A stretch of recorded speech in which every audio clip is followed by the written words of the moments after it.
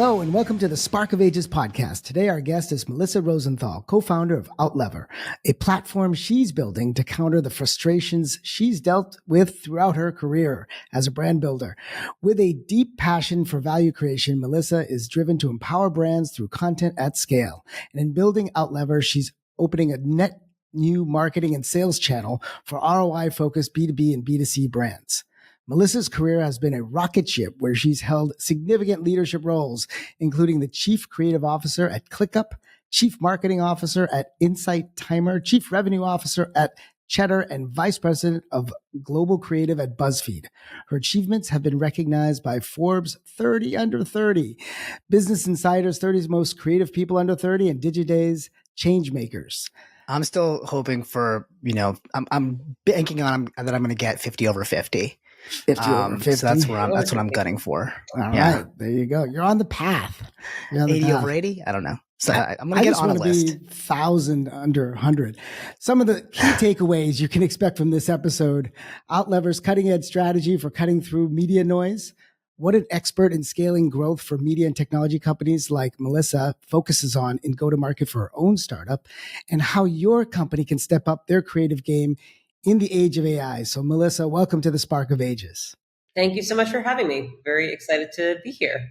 So glad to have you. I know you've gone from in many cycles in your career, from early stage all the way to mega startup to really good sized companies. And now you're on your next one. So we'll have so much fun stuff to talk about because I love talking to fellow marketers, especially entrepreneurs.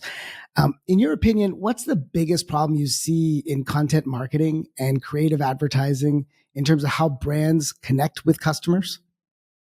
Yeah, I think marketing is changing dramatically. Like there's seismic shifts happening. And I think that there were these traditional playbooks that worked, many years ago. And I think that there's a lot of marketers that are still kind of sticking to these playbooks, although the distribution and consumption and content have all evolved quite dramatically. Yeah. So there's a need for a fundamental transformation. I know, just in the last couple of years, especially in the B2B tech side, there's been a huge issue with companies hitting growth walls, right? They were growing at 20, 30% a year. And then all of a sudden now it's like single digits. CFOs are looking at them saying, why am I investing so much on sales and marketing? Your sales to marketing ratio to new revenue is really high. It's great if you're growing fast, but it's not if you're not getting the growth. And so many of the traditional methods aren't working like they used to. Yeah. And so is that what you were thinking with how you were starting up this current company? The reason why we are where we are is I think we did a lot of bad, naughty things to software during the pandemic. We assumed that, 50, 100% growth year over year was just the new norm, and that we would be able to raise infinite amount of money to support that, and that profitability and a lot of other retention metrics didn't matter. And it was literally this growth at all costs model where nothing mattered except growth. And the reality of that is it's just not real. Like growth cannot be 50%, 100% year over year for most companies. And you can't hire and spend marketing dollars to be able to support that. So where are we now? Growth stopped because people realized that they were, first of all, duplicating the amount of software that they needed. Companies, even ourselves at ClickUp. Many times over, right? Look at these, they would show off these incredible, at least CMOs would show off these incredible marketing stacks, right? And they have like 25 logos as if that was a great thing. And I would sit there going, how do you operate all this stuff? Yeah. How do you make all this stuff work? I'm a marketer. I love technology, but come on. And it's like, the reality was that we were like, you'd find people in the company using Miro and others using like other whiteboard tools. And it's like, wait, so we have 1,500 people in the company and we're using 10 different tools for whiteboards. Wow. That makes zero sense. So there's no price efficiency there. You're not getting any sort of like, growth model baked into purchasing. And then you're having, 10 different people using 10 different tools and they're not collaborating on them. So, a lot of that bad behavior between tech buying stopped. And we had to face the realities of what that kind of new normal meant. And like the trickle down for every company meant that people were looking for consolidation. So they were looking for tools that could do multiple things and not just one thing. Like, why would you buy a tool for whiteboards when ClickUp has whiteboards within it? So they were looking for efficiencies within existing operating systems and with existing tool sets. So all of these, like, the kind of siloed companies that we saw, like Loom and all these, that they were valued at what, like $60 billion or something. I mean, maybe not 60, but like $20 billion. And it's like, how can a video clip be worth $50 billion? No, but it has a picture of me. It has me in a circle in the middle. That's massive technological innovation. And it's free. So, I think it was just like a lot of like at ClickUp, we just built that internally because we're like, why would we spend money on Loom when we can, and it was costing us like $20,000 a year. Like, that's crazy. So I think every company kind of did what we did, and we looked internally and we're like, what are we using that we can either build ourselves or consolidate to, like, who needs to actually use it? Also, not every single person at the company needs a Figma license, which I think like was another thing. They would be giving these licenses out to the entire company. And then we really started to constrict who actually had access to the licenses. So that's a long way of saying just like the ecosystem of how we bought software and who got to access to it and what that looked like was just not reality. And I think that shifted the entire market. And then I think we went into this weird, like, out of the growth of all costs, we kind of shifted like a complete 180 into this like efficiency, which I say this on a lot of podcasts, but like efficiency isn't a growth strategy. It's an operational strategy that should just be baked into your modeling as you spend and as you think about things. But efficiency doesn't lead to growth. Efficiency just leads to, constriction of things that potentially you need to grow. So I think that there's always just kind of this weird thing when people are like, we're focused on efficiency. Great. Like, you should always be focused on efficiency. But that doesn't mean that efficiency equals growth. So I think that there became this very big battle for marketing budgets, for like, we're not spending any money, we're not doing this. And then it's like, but we're not growing. And, then there's this like battle of like, well, you can't have it both ways. If you're not spending any money, like, we want to prove that marketing is actually working. Well, stop spending money and then see what happens. Same thing with like outbound sales. I think a lot of these companies were like, oh my God, we need to harness the power of outbound. So they built a 500 person sales force doing outbound with no signals attached, just doing these like terrible outbound sequences. And now with AI, we're even seeing like kind of the crux of like what that has become, which is just like saturation of the outbound. And that's not working. And then companies are like, well, outbound doesn't work, so we're going to fire that whole team. Right. Anyway, I only want inbound content. I just want inbound now. No more outbound. I just want right. That's what everybody says, right? And it is hard. Yeah. And the thing is, like, I do believe in a lot of these things. I just don't believe in like we haven't like evolved as like as a industry, like especially in software and especially in like tech, we just like haven't evolved our thinking into like what we need to be doing. And that's why, I created Outlever. Before SaaS, I was in news media, and I saw things that worked, like in terms of like getting people's attention.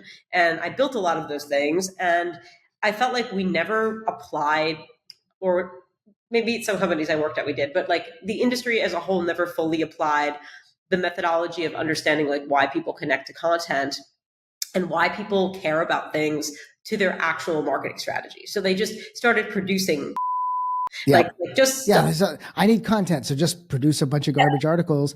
Nothing drives me crazier than when we ask for content and we just get like a Wikipedia style article. So bland, so boring, no examples, no story, nothing to attract you. But it's like, hey, this does well because the search engines will pick it up. Like, well, maybe, but nobody's going to read it for more than 2 minutes, right? Or 2 seconds. 100%. I think there's also like we're dealing with this problem called the internal like back pat.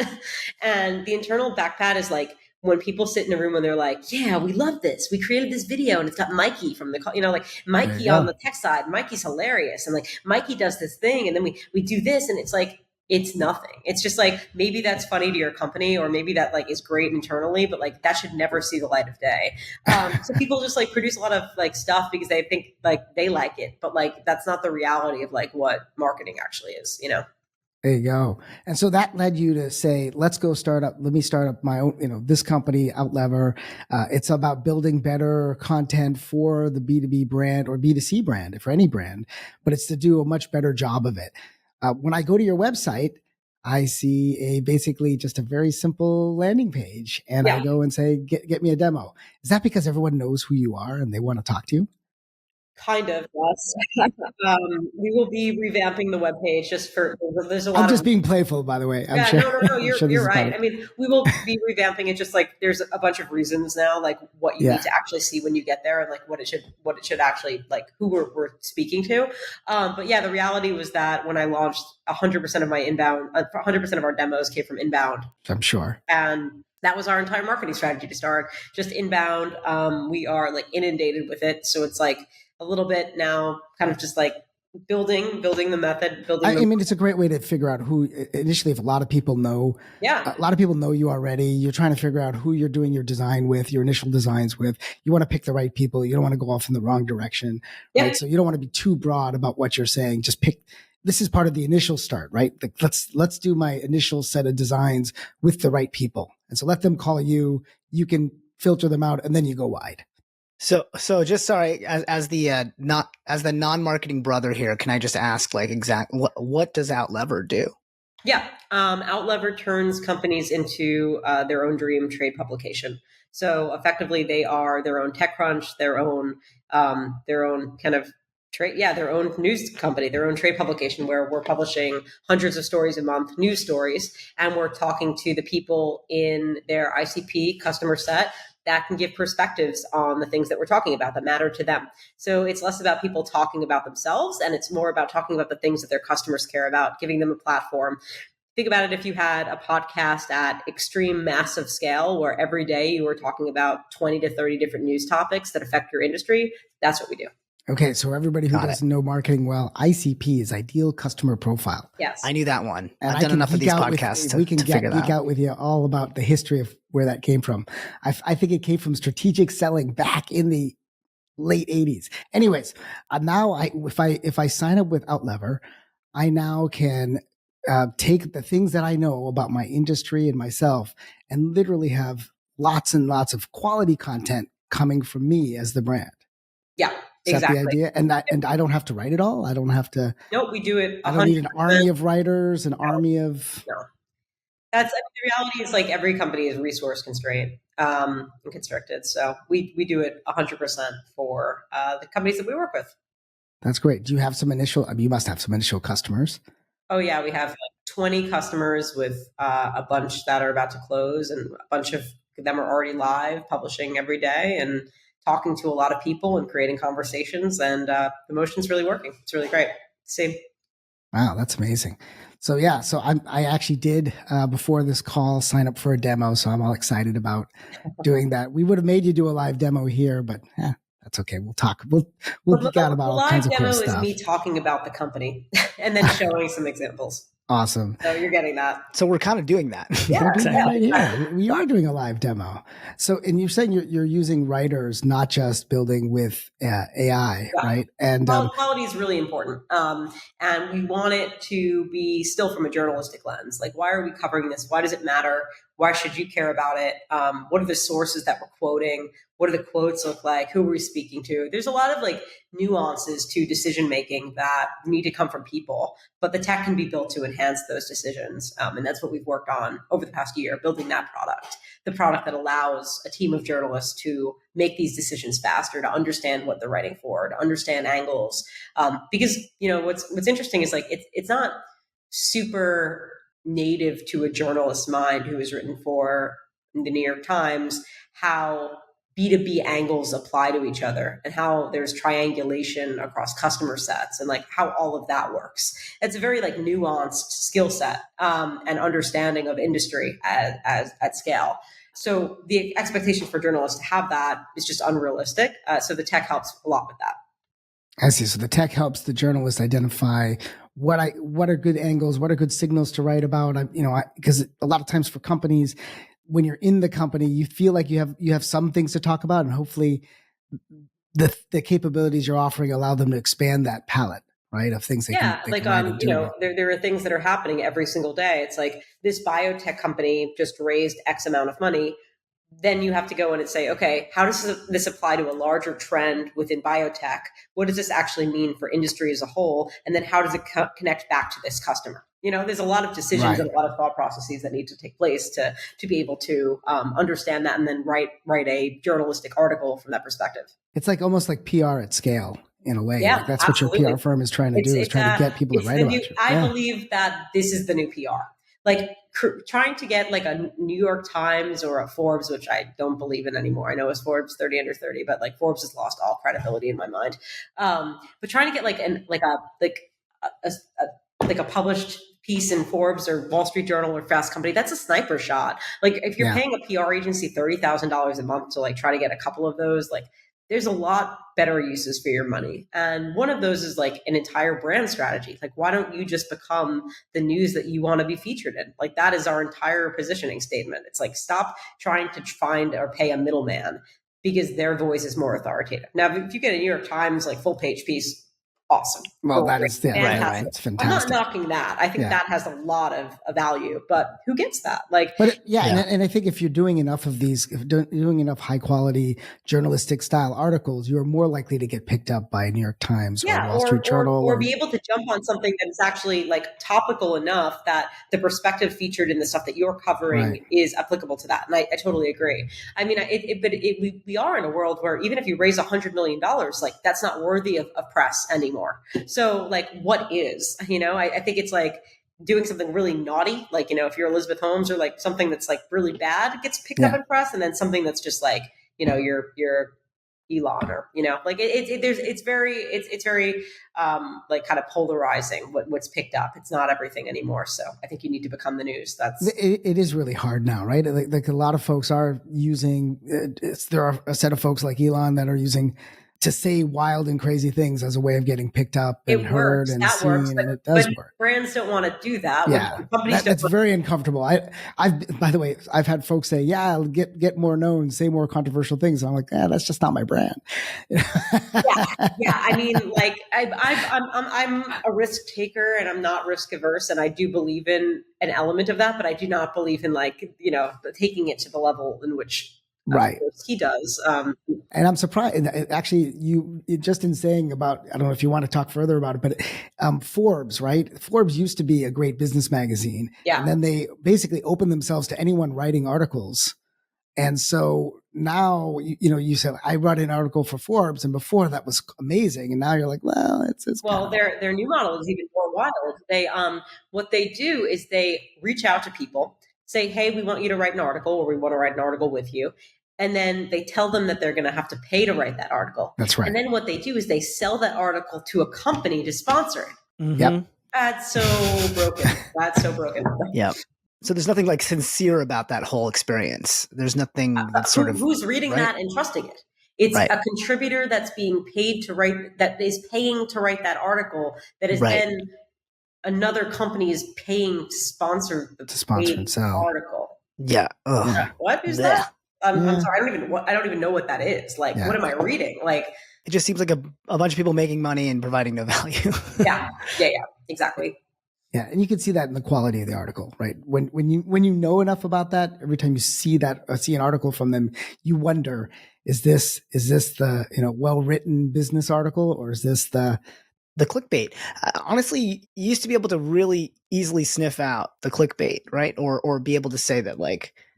Or you'd see, oh, this is from the New York Times, or this is from this trusted source, so it's this won't be clickbait. But now I feel like that you don't get that sense anymore, and you're like, I can't tell if this is or a paid sponsored article rather than it being a real article. I saw something the other day, and it was like someone that raised a significant amount of money for like a Series A, and they posted a write up about the raise, and I read the write up, and I'm like, what is this? It was just like AI copy and pasted paragraphs that just repeated themselves over and over. And I'm like, I can't believe that someone is like promoting this article. Like, this is really crazy. Like this isn't even like hidden, that it's just like Chat GPT copy paste from like a contributor.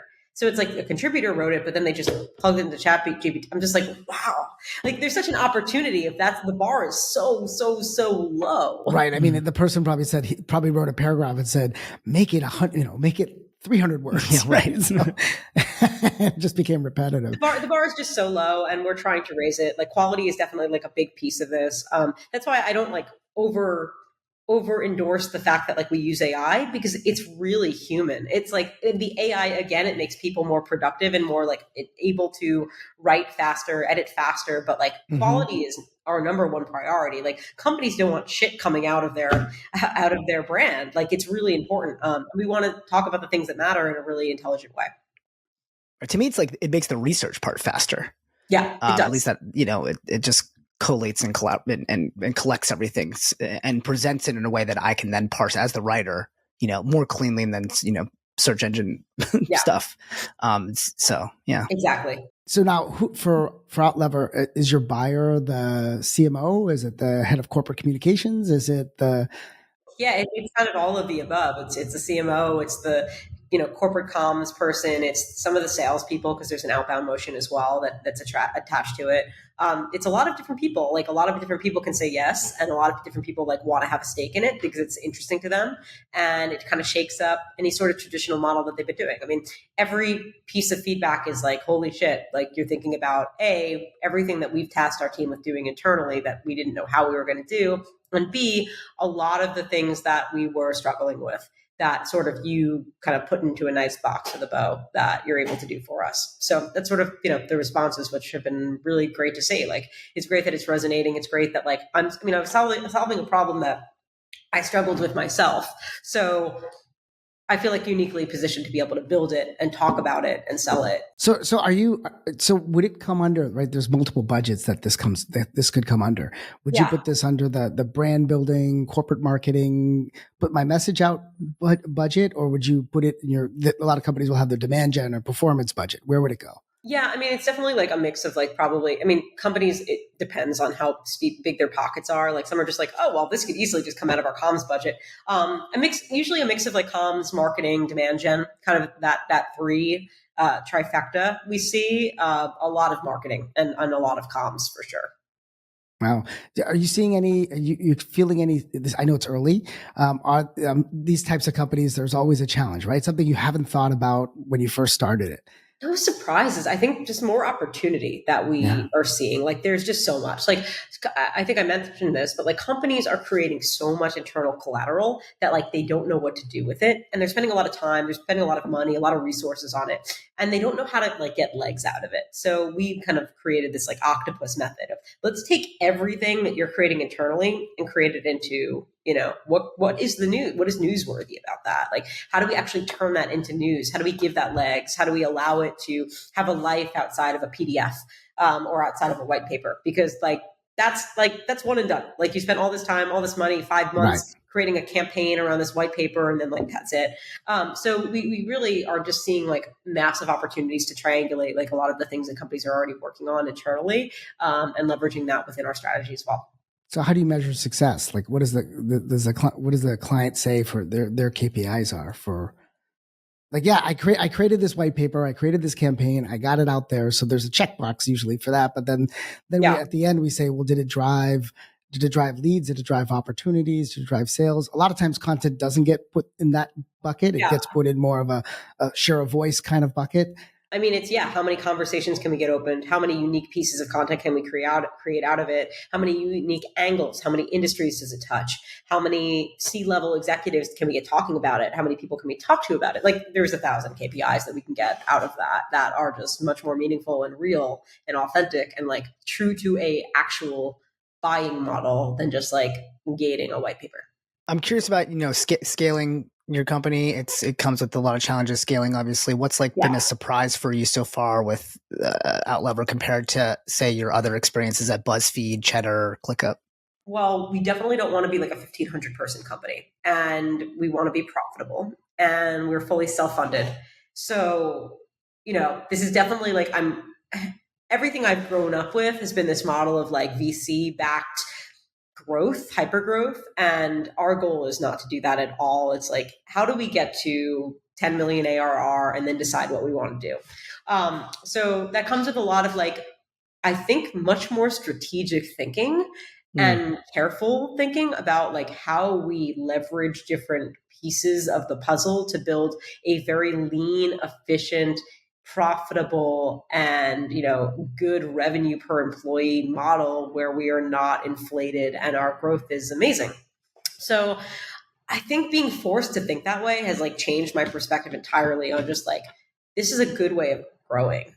Maybe for us, maybe, not for something where it's like, you are competing in a CRM market or a work management market or a cybersecurity market, completely different. I think where we are, this is absolutely the right way of doing it because the decisions that we're forced to make now are going to make us very powerful and very smart and strategic about how to actually grow this efficiently and make our technology even better. So like, it's just a very interesting thing when I think about scale and think about growth. Like, do you want to be did I want to be like a company that maybe could be worth, $1 billion with 5 people? Yeah, maybe that's not the reality, but you're the next Instagram. There you go. It's like everyone's talking about like, what's the next billion dollar company with 2 people?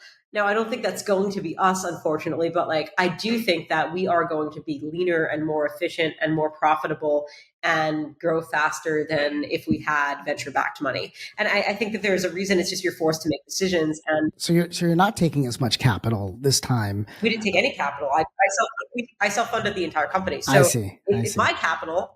Your capital. Which makes you very careful about how you deploy it and how you think about it. And I think all of those decisions that you're forced to make when you're self-funding something just make you more valuable later on because you're thinking about things so strategically. I'm like, what can the tech offset so that we can make people more efficient and more productive? But we have to lean on the tech because we don't want to hire 25 people until we hit X amount. Like you're just thinking about things in like such a different way versus like, we got to grow and it doesn't matter. So we're just going to hire. Yeah. So typically with VCs, right, when they put money in, for them, they have money, right? They have plenty of money and they want to put it to work. Yeah. And you want to get an outcome with a circumscribed period, right? So where if it was your money, like out of your pocket, you might say, well, I want to make certain decisions and I want to wait till some of those decisions play out. The venture firm's like, no, I want to get somewhere in 3 to 5 years. Let's pour in the money today. Let's spend on that. Let's crank up that team like you were talking about before with let's hire all those people in outbound. Let's create content that's lesser quality so that we can do more. And like there's decisions that we would be making that wouldn't be in the best interest of our customers. They wouldn't be in the best interest of our product or our long-term growth, whatever that may be. And they would want to return in 3 years. And maybe our path to growth is in 3 years, we take a round and we do that strategically because there's M&A we want to do. But there needs to be for us like a strategic reason to take that money, not because we need to get our company off the ground. Like that just isn't the model for us. But you're exactly right. Like there are, I think, there's sacrifices that you make when you take VC money that I don't know if you realize until there's long-term, repercussions of what that is. You're like, I didn't build the company I wanted. I didn't build the product I wanted. I made all these sacrifices. And that used to be the only way forward. And I think if you can handle it and you can do it and you can self-fund, like obviously, I'm taking a bet on my company here and on myself, but I'm doing it in a way that I am in control of what that bet is. To the extent that I want to be, and I feel that I need to be. It's like when you spend your own money on it, you the decisions are obviously more personal, and then they're also more strategic, and you get to know your own product better. You get to know the business itself better. Because of that. That's really it's really great insight. There's certainly like in venture companies, you hire a lot, and then you sort of like create this bureaucracy, and like we don't have room or time for that. Like we have to hire operators and soldiers and people that are like just passionate about what we're doing, getting the job done, or passionate about growth and what we're building here, and that's it. Like there's no levels of bureaucracy. We can't have that. We're too lean and too small. And I think because you were talking about, because we have this whole new level of technology, the generative AI capabilities and other kinds of tech, we don't have to pour tons and tons of people in, and we can make a lot of I'm finding this in my own company. Like we're able to play with so many different types of software and so many different types of outputs. Yeah. Like, we do content marketing from firms. We put out ads across various channels. We are building web environments or app environments. There's so many tools now that we can play with those tools and get answers in a way that we couldn't get before. Yeah. Right. So you can make decisions now or get signals from the market so that you can do a better job of steering the company without burning a ton of cash. Yeah. And it's really interesting. Like what we see in every day, like my co-founder sends me articles and it's like companies that are raising $50 million that are doing like a micro fraction of what our product is actually doing. And it's just like, it is really wild. I'm like, wow, like they're not thinking about this the way that we're thinking about it. We're sort of this like AI company that's like human first in a way of our approach. Like we are like we're trying to humanize like what AI actually is in a way of like making it just more efficient for people to do things at scale. But we're not trying to retrofit AI into our modeling and into our product. It's sort of built into the like ecosystem of how we've built the company. So it's just very interesting. I'm seeing like all these things and I'm like, oh my God, this is like kind of wild. So hopefully, you're solving a problem. Yeah. So let's go back to a little bit of your background and roots. So, you were sitting there, you've had amazing success across so many companies at a young age. And so did you always know that you were going to work in technology background? I know I've heard that, your dad was an experiential marketer. So was that your thing? Like, I'm going to go startup, run, scale companies? No. Be very cool if like I came out of the womb being like, hypergrowth, SaaS. Yeah, your first words were accelerated growth. No, I kind of fell into my passion was like disruption. Like I think I was really excited about like killing the dinosaurs. If I were to say like, like there's just a lot of people that have like existed. And I think we're seeing this now, right? Like there's a weird, like I talk about this all the time with people, but look at the wealth transfer, right? Like you have like boomers and Gen X and like they have money from just like living and existing and like just sitting in a career for like 20 years and they've made money and they've bought assets. And like our generation like has never had that opportunity. Like we were like, I came out of college, during, 2008. So no one had jobs and companies were going under. That was a terrible time to come out for. I know, but like, companies, it forced me to be like, holy get a job. Okay, I have to like think differently about what my career path is going to be. Just like from that very onset, I was like, well, I wanted to go into the music industry and I'm working at this like music company and they're dying because the internet's killing them. And these people that were sitting at the top, like, making tons of money are now just like panicking. So I saw like just sort of a reset of a mindset like that I had during that time. And I was like, okay, like my career has to look a little bit different than like what this is. And it was like, what can I go into that challenges what this way of thinking is? And it was really just like the mindset of disruption. And that's sort of how I landed on BuzzFeed. I was using the product every day as a consumer, as like a community member. And I thought their technology was like fascinating. First of all, they were trying to solve a really interesting problem, or discover kind of why people shared content. Little did I know that would like kind of transform my entire career. But just like the notion of like understanding and turning like this thing that was considered an anomaly, like virality, into a framework and a blueprint was really for me just like an enormous kind of unlock, I think. Like, okay, if we can productize virality and create a framework that then can be applicable to do it again and again and again, anything can be done. Like that's just like something that is considered such a rare anomaly. Like it's a thing that just a moment, you can't like actually like productize it or even describe it. And I'm like, oh, if we can do this, like everything is possible. So that's what got me really excited about just disruption.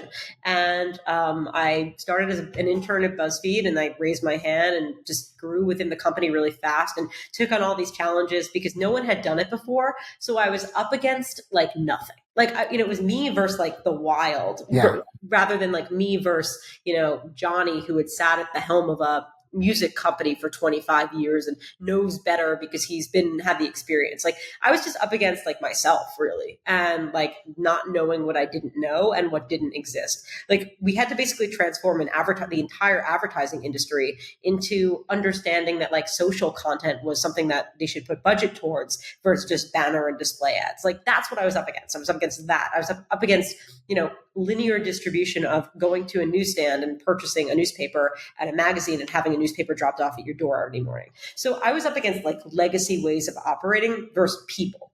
And I think that's what was really exciting to me. It was like, all right, great.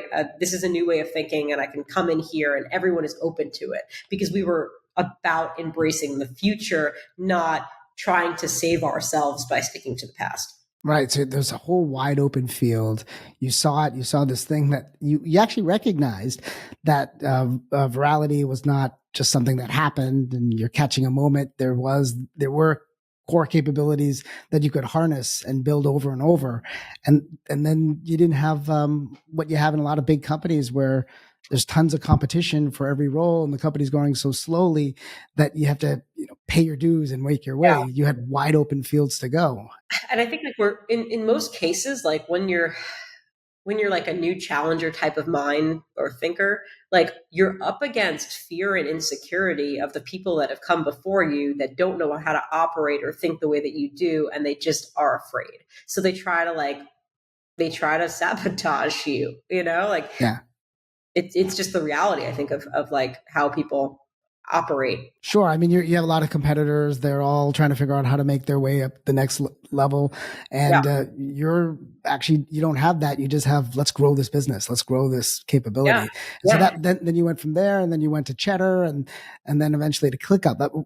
Just multiple transformations, right? Like, yeah. I mean, Cheddar was kind of the next wave of like, hey, I wanted to like be even more at the ground floor. It was me and John, like, basically starting the company.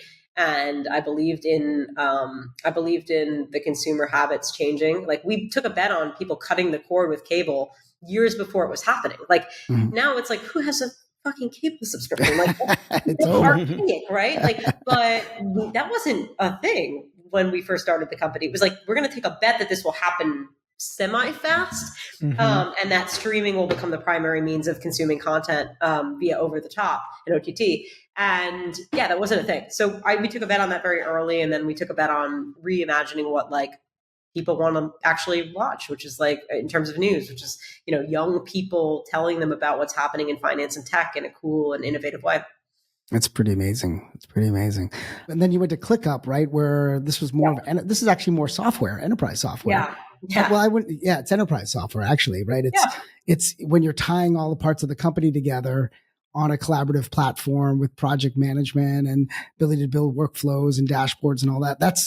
It's like, what are you doing inside of a business? So you had the view of what consumers wanted, and then you took it to inside of what businesses wanted. Yeah. Yeah. I mean, I'm doing this huge, like pretty big documentary of LinkedIn about my career and about this like moment. I think it comes out next week. So maybe this will be after this, hopefully. But yeah, about like kind of this moment in time where I realized that like the digital publishing industry was going to have like an issue, which, and the issue was the fact that no matter how great the content is, the fact that you're still on the rails of distribution channels that control your destiny is just not a good model, especially when your entire monetization is like tied to that. So that's why I went to tech. I really wanted to be able to live and breathe a product that was tangible, that we had control over people's ability to use it and feel it and touch it. And the content and the marketing supported it. It wasn't the product. So ClickUp was just like everything I could have wanted as a pivot into tech. It was a bright, bold challenger company up against like, Goliath, $50 billion market cap companies where the CEO and the founding team were young, non-tech people that believed in a vision and a legacy and a challenger mentality. And it was like everything that connected me from my old, world of operating and publishing to this new way of what I wanted. And it was just like a perfect kind of marriage of like my skill set and where I wanted to be and the team over there. And they allowed me to do some amazing things. Like I built an incredible team full of like just really smart, talented people that wanted to challenge, the industry and challenge the kind of status quo of what was being done. What's one thing that you might have that you borrowed from your more consumer experience that you took to ClickUp that turned into a successful campaign? I'm sure you have many, but I'm asking you to pick one. It wasn't one. It was like the entire mindset of how I thought about content and marketing.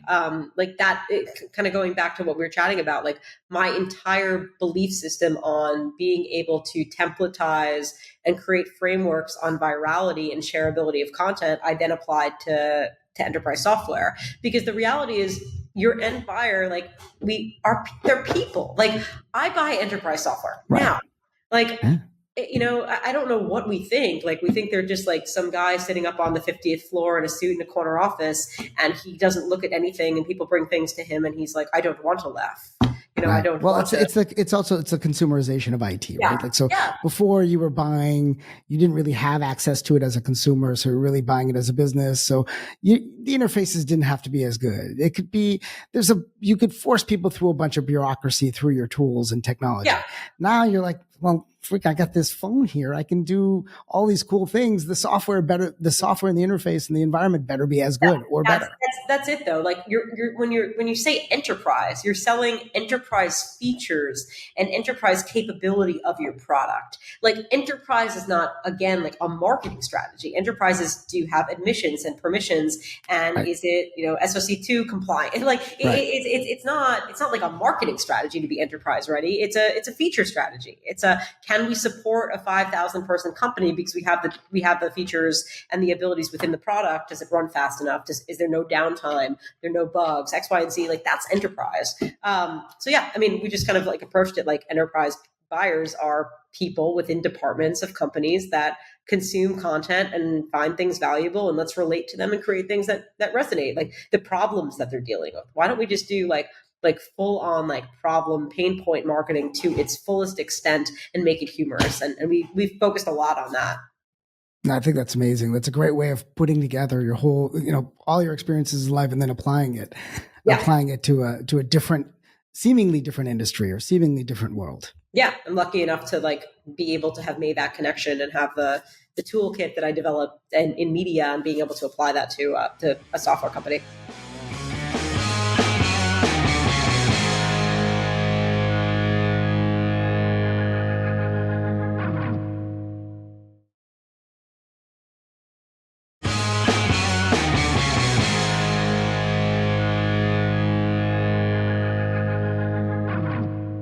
Now, Sandeep, we are going to. Yes. So we do a little game in our show here. And so be prepared to shift gears, Melissa, as you are about to enter the Spark Tank, where yes, that's right. Yes, very scary. Where two marketing mavens enter and one has their LinkedIn profile permanently switched to seeking opportunities. Today's game will be focused on listicles and their surprising history. So this should be good for you. In one corner, we got Melissa Rosenthal, co-founder of Outlever, and the BuzzFeed brainchild, and on a listicle herself, Forbes 30 under 30. And then we have in the other corner, my brother, Rajiv Parikh, the CEO who has more confidence than a clickbait headline. You two are about to go head to head in a battle of wits and lists. Okay. So it's going to be basically two truths and a lie. Okay. I'm going to read you three statements. Two of them are true. One is the lie. You've got to pick out which one is the lie. I'm going to count down 3, 2, 1. You're both going to show your answer at the same time so that you can't cheat off each other. Okay. 1, 2, or 3. All right. Round 1 focuses on the psychological principles behind why listicles actually work.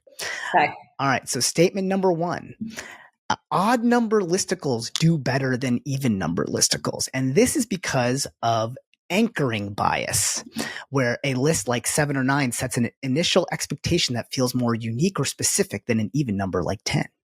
Okay. Number 2, the pattern recognition reward, that our brains in fact release dopamine, a pleasure chemical, when we recognize patterns such as the predictable structure of a listicle, leading to a feeling of satisfaction. Number 3, the Zeigarnik The Zeigarnik effect explains that we experience a sense of relief and satisfaction when we complete a listicle because it eliminates the mental tension of an unfinished task. So 2 of these are true. 2 of these are real. 1 is false. So 1 is the anchoring bias, where odd number lists are better. 2 is the pattern recognition reward, which states that our brain releases dopamine when we recognize a pattern. Or 3 is the Zeigarnik effect, which is the relief when we eliminate the mental tension of unfinished tasks. So which one do you think is correct here? Or which one do you think is false in 3, 2, 1? Okay. Rajiv has chosen number 1, the anchoring bias. Melissa has chosen number 3, probably because I cannot pronounce the Zeigarnik effect. Unfortunately, you're both wrong. It is number 2 was the lie here, the completely made up one. That yes, in fact, the anchoring bias is legit, and so is the effect that when you complete a listicle, it eliminates this mental tension whenever you have something unfinished. That got me. I thought pattern recognition was just so satisfying and dopamine releasing. It like kind of exists, but it's not really. I was going to say all 3 are true, but yeah. Well, we can fight about it afterwards. Okay, round number 2. We're still tied, Melissa. Yeah. Please sound off in the comments if I'm wrong. Round number 2. Okay, these are 3 different historical listicles that have existed. Well, 2 of them have existed. See if you can sniff out which one is false. All right, number 1. A listicle of medieval Japanese courtly rules, which include proper fan-holding techniques and discreet sneezing etiquette, which were essential skills for navigating Heian period court life in Japan. Number 2, Galileo Galilei's shopping list. So the astronomer had a grocery list, which included the essentials: wine, rice, anchovies, and very specifically, two large artichokes. Number 3, Mozart's Secrets to Composing a Hit Opera. This document was found within the Marriage of Figaro manuscript and reveals Mozart's secret for writing catchy tunes and securing a good librettist. So which of these listicles actually did not exist? Is it the number 1, the Japanese courtly rules, number 2, the shopping list from Galileo, or number 3, Mozart's composing secrets? Here we go. 3, 2, 1. You both said 3, and you both are correct. Well done. God, that was too obvious, wasn't it? Damn. Well done. You're both on the board. Mozart having a list. Why would he give away his secrets? No. He's not going to do even that. He thought of it that way. I just figured I compose because I am. Yeah. Right. It makes sense. Galileo has to shop and eat, so he of course he made a list. The artichokes, like 100%. Yeah. Yeah, you need 2. All right. Round number 3. These are items in lists that exist. Are these actual items in these lists that do exist? And again, this is historical. So the Malleus Maleficarum, a medieval torture device list, which includes the Iron Maiden, the Pair of Anguish, and even a form of tickle torture. Number 2, Captain James Cook's instructions for his voyages, which includes a listicle item of a dozen pair of thick woolen socks. Or number 3, Benjamin Franklin's 13 virtues for self-improvement includes chastity. So which of these is false? The medieval torture device list, including tickle torture, James Cook's list, including thick woolen socks, or Benjamin Franklin's list, including chastity. All right, your answer in 3, 2, 1. Okay, Rajiv has picked the medieval torture device, and Melissa has chosen James Cook's instruction for voyages. One of you has just won this game. And I regretfully inform you that it's my brother. I'm so sorry. Yes, this is 2 in a disappointing. row. He's actually on a streak now. This is going to be insufferable. Melissa, I was really counting on you. Oh, gosh. I can't believe I lost. Sorry, Melissa. I never win, so sorry for my this is a really celebration. Number 1 just sounded so ridiculous that I was like, it has to be real. Usually you pick the one like you throwing that in there to throw me off. Yeah. But I did in fact do that to throw you off. Honestly, the tickle torture thing like sounded pretty like on Legit, right? right? Yeah, yeah. That's the one I'd be the most scared of. Well, it's too bad you didn't get to the tickle torture. Tickle torture is not a thing. I don't know my lists as well as I should. I should go back to Listicles tool. The funny thing is, I've created thousands of listicles, but it's still it's a thing. Yeah, that's the thing. This game is constructed to be anybody's game. Yeah. Even I can win. So that's if I can win, then it's obviously for the any person. Awesome. So glad you played this game with us. So I had a couple more questions. Yep. Is there like a favorite technology or innovation that you're excited about that has excited you over the years? AI. I mean, like, how can you not say that? I think it's the like most revolutionary thing we've come across that's super tangible and real, and we can all touch it and feel it and enhance our work every day right now. Like, I've always been kind of stuck on things, and I think the things that like I get stuck on are, I mean, I'm sure when crypto and Web3 and blockchain, everyone was talking, right? And I would talk to every single person I could talk to about it, and I'd be like, okay, I have FOMO because everyone knows what this is and what the practical application is and how it's being used and how it's going to better the world. And I just couldn't understand it. And I was like, every single person, I'd be like, explain it to me. Like I'd go to dinner parties. I'm like, tell me what you're excited about Web3 and about DAOs and NFTs. And I'm like, tell me. Like you just spent $300,000 on this NFT. Like, tell me why. And it never made sense to me. And I was like, okay, either like I'm stupid and I'm missing something, or like this isn't as real as people say it is. And it turned out to be the latter. Like there's not a mainstream practical application for blockchain that has been the one yet. That's right. Not. Maybe in the future, great. But it's just not. So the fact that AI is real and it's already changing our world and eliminating jobs, which is real, it's really happening, and people are getting more efficient and they can utilize it. And we're at day zero of it.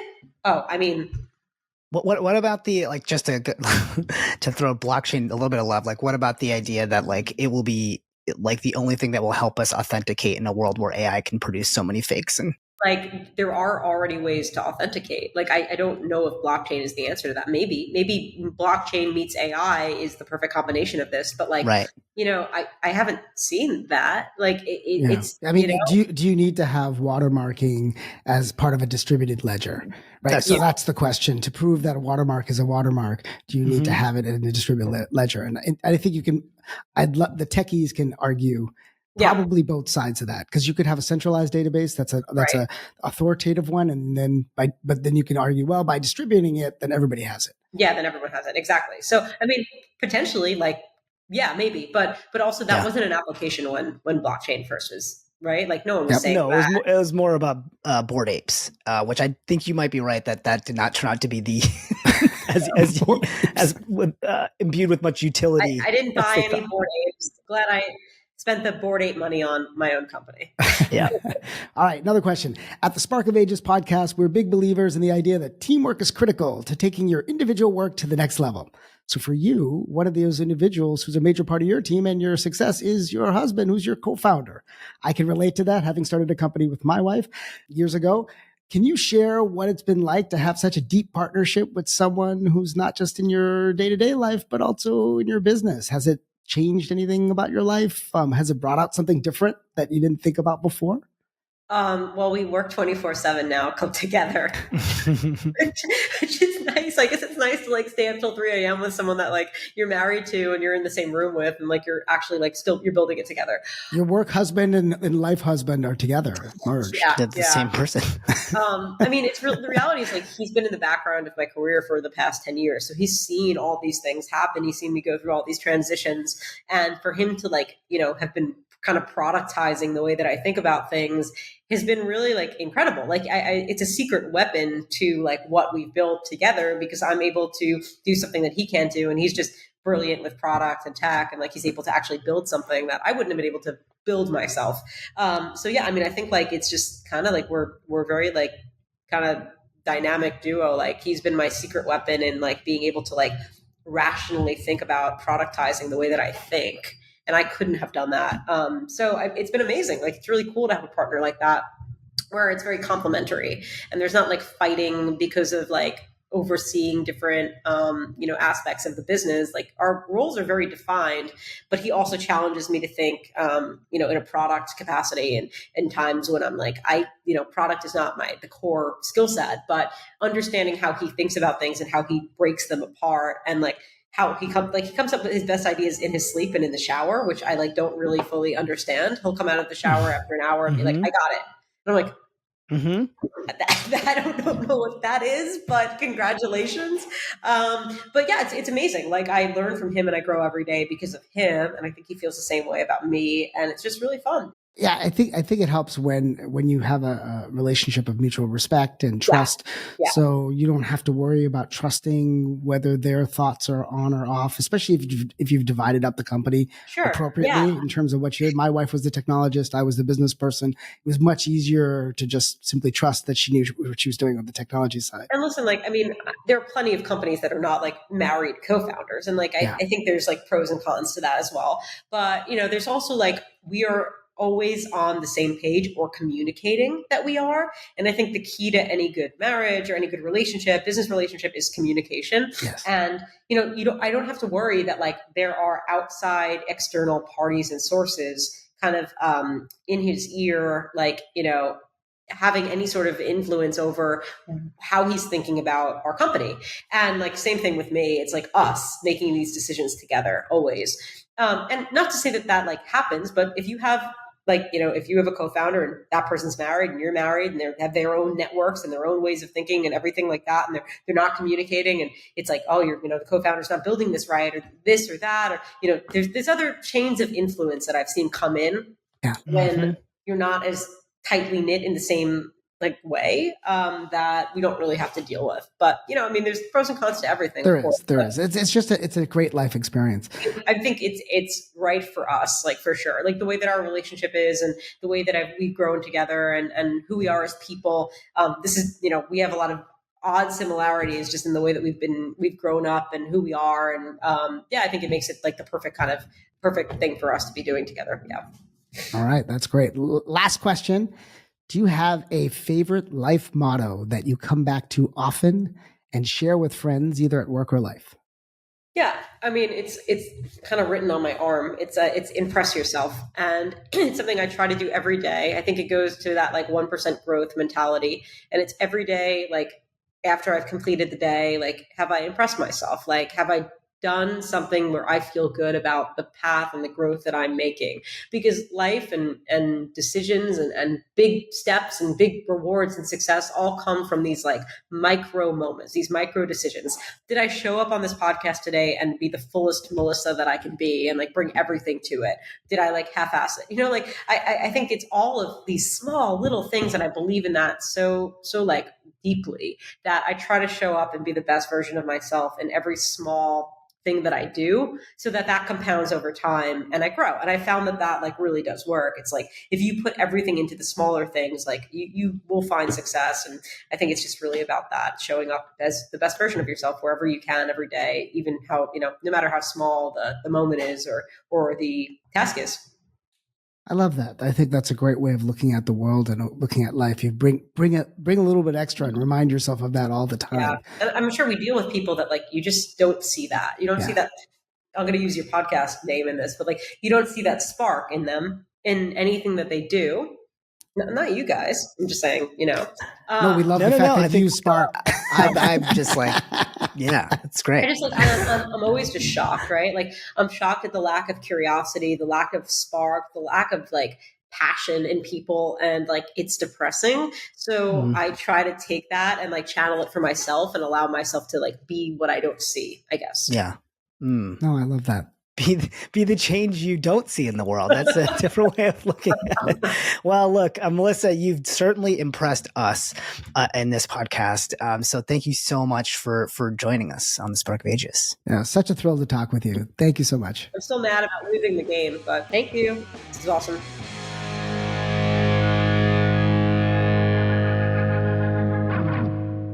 Hey, that was really fun. It was great to chat with Melissa. I always enjoy talking to creatives and marketers, and especially folks who come from consumer backgrounds, then go into B2B tech and then go build their own business. I think it's a really cool combination. For sure. I just love that she came in with this, or at least how she left us with this idea of impressing yourself and just being your most audacious self. I've been thinking about that a lot for me personally lately, is like, what's the most audacious version of myself, and how do I bring that to whatever it is I'm doing, whether it's stand up or pitching or this podcast. And so, she's super impressive. That was a great interview. It's that notion of atomic habits, right? You increment every time as opposed to trying to do one big massive thing. And so I think she brought that alive as the way she closed. And I actually, it was a little unexpected for me. That Outlever is really truly her own business that she's building from scratch, taking all of her learnings, coming from more VC, either public or VC types of environments, which are very hyper growth based. And now she's getting to almost like weave together a business that really is an embodiment of her. Yeah, I mean, it's literally, that's the fun of it. It's literally her baby, because it's her and her husband joining together to create this brainchild of theirs. Pretty amazing. And it's about content with quality, with humans of all things. Quality human writers. That's just really fantastic. So great lessons for all of us. Thanks for listening. If you enjoyed this pod, please take a moment to rate it and comment. You can find us on Apple, Spotify, YouTube, and everywhere podcasts can be found. The show is produced by Sandeep Parikh and Anand Shah, production assistance by Taryn Talley, and edited by Sean Marr and Aidan McGarvey. I'm your host, Rajiv Parikh from Position Squared, a leading AI and human-based growth marketing company based in Silicon Valley. Come visit us at position2.com. This has been an Effin' Funny production. We'll catch you next time. And remember, folks, be ever curious.